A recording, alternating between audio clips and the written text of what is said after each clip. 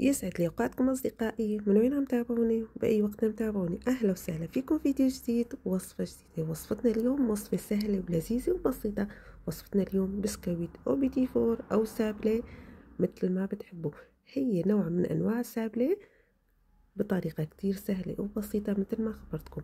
ويلا بينا على المقادير وطريقه التحضير ونقول بسم الله ونبلش. للتحضير بيلزمنا 200 غرام من الزبدة، يكون درجة حرارة الغرفة يعني يكون لينة ما يعذبنا لما نخلطها. وكمان راح نضيف عليها 100 غرام من السكر البودرة ما يعادل كوب إلا ربع.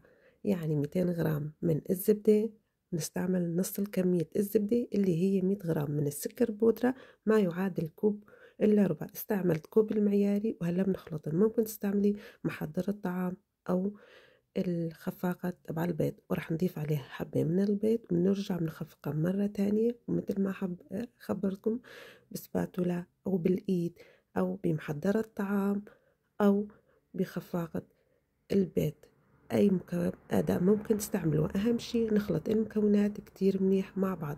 بعد ما ضفت البيض هلا رح نضيف صرف من الفانيليا وبنرجع نخفقن أو بنحركها كتير منيح.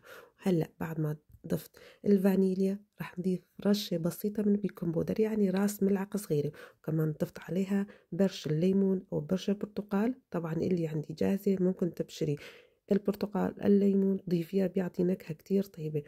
بعد ما ضفت هالمكونات هلا رح نضيف مكونات الجافة اللي هو الطحين. رح نضيف كوبين من الطحين ما يعادل 300 غرام. طبعا إذا حسيتوا عجينة عندك لسه بتلصق بالإيد ممكن تضيفي ملعقة تانية، أو إذا حسيتي عجينة ناشفة بتضيفي بهالأثناء ملعقة من الحليب. ما شاء الله عندي عجينة كتير ممتازة، يعني حسب الحجم البيض وحسب نوع الطحين ممكن تستعملي ملعقة زيادة، أو حسيتي مثل ما خبرتكم عجينة ناشفة رح تضيفي ملعقة من حليب مو أكتر. بعد ما عجنتها أو بين ما اختفى معي الطحين هلا رح نشكلها.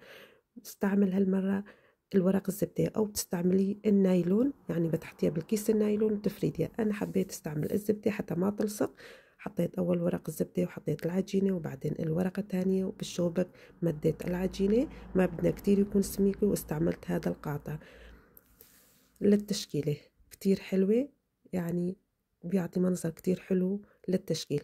أي قالب متوفر عندك ممكن تستعمليه. طبعا أول شي غمست القالب بالطحين أو بترشي شوية من الطحين على سطح العجينة حتى ما تلصق فيها، وهيك كملت كل الكمية. شكلها ما شاء الله كتير حلو. طبعا هالقالب في منه أشكال كتيرة، في أكبر وفي أصغر. أنا حبيت استعمل حجم الوسط. وبهالأثناء الفرن يكون حامي على درجة حرارة 180، وطبعا ما راح ياخد وقت كتير. وأهم شي عينكم يكون عليها. راح تشوفوا هلا شو صار معي لأنه أنا ما انتبهت بأول الصينية. وبعدها راح نستعمل هذا القالب. طبعا قطعت البسكوت أكيد متوفر، وإذا مو متوفر عندك ممكن تستعملي الكاسة تبع الشاي بيعطيكي نفس الطريقة. وهذا أشكال. هلا بندخلها على الفرن تقريبا 10 دقائق تتحمر. والصينية تانية حبيت أعمل حفر أو نقاط مثل هاي بالأشكال الورد حتى يعطي منظر كتير حلو لما نلصق كل تنتين مع بعض. أول صينية حطيتها مثل ما هو، تاني صينية حبيت أعملها هيك. وهلا كمان مدخلها على الفرن ونشوف أول صينية شو صار فيني. أول صينية مع الأسف التهيت بالطبخة ونسيتها، لهيك أخذ لون أحمر شوي زيادة، بس مع هيك شكلها كتير حلو. هلا بنلصقن مع بعض. الحشوة اختياري، ممكن تستعملي النوتيلا، زبدة الفستق الحلبي اللي هلا دارج ما شاء الله، أو أي نوع من المربى كمان بصير.